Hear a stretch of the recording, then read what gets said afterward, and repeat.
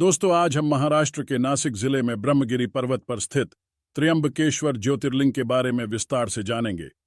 कहा जाता है किसी समय इसी पर्वत पर महर्षि गौतम का आश्रम था, जिसमें वे अपनी पत्नी अहिल्या और शिष्यों के साथ रहते थे।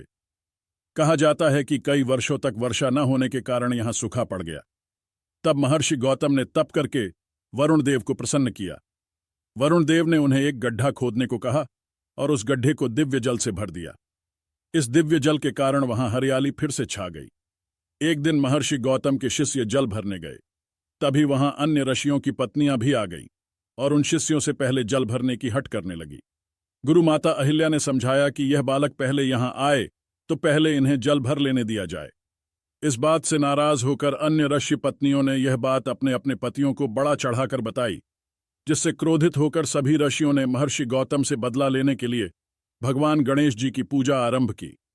गणेश जी के प्रकट होने पर ऋषियों ने महर्षि गौतम को अपमानित करने के लिए मदद मांगी, परंतु गणेश जी ने मना किया तो उन्होंने हट कर ली, जिसके कारण गणेश जी ने उनकी बात मान ली और एक दुर्बल गाय का रूप लेकर महर्षि गौतम के आश्रम में पहुंचे। गाय की ऐसी हालत देखकर महर्षि ने उसे कुछ चारा दिया, जिसे खाकर उसकी मृत्यु हो गई और सभी ऋषियों ने गौ हत्या का पाप ऋषि गौतम पर लगा दिया। तब महर्षि गौतम ने गौ हत्या के पाप को दूर करने के लिए भगवान शिव की कड़ी तपस्या की, जिससे भगवान शिव प्रसन्न हुए और पूछा कि वह क्या चाहते हैं। उन्होंने गौ हत्या के पाप को दूर करने के लिए मां गंगा के जल में स्नान करने की इच्छा व्यक्त की। तब शिव जी ने गंगा को यहां अवतरित होने को कहा, परंतु मां गंगा ने प्रस्ताव रखा कि यदि महादेव भी मेरे साथ यहां रहेंगे तभी मैं यहां अवतरित होंगी।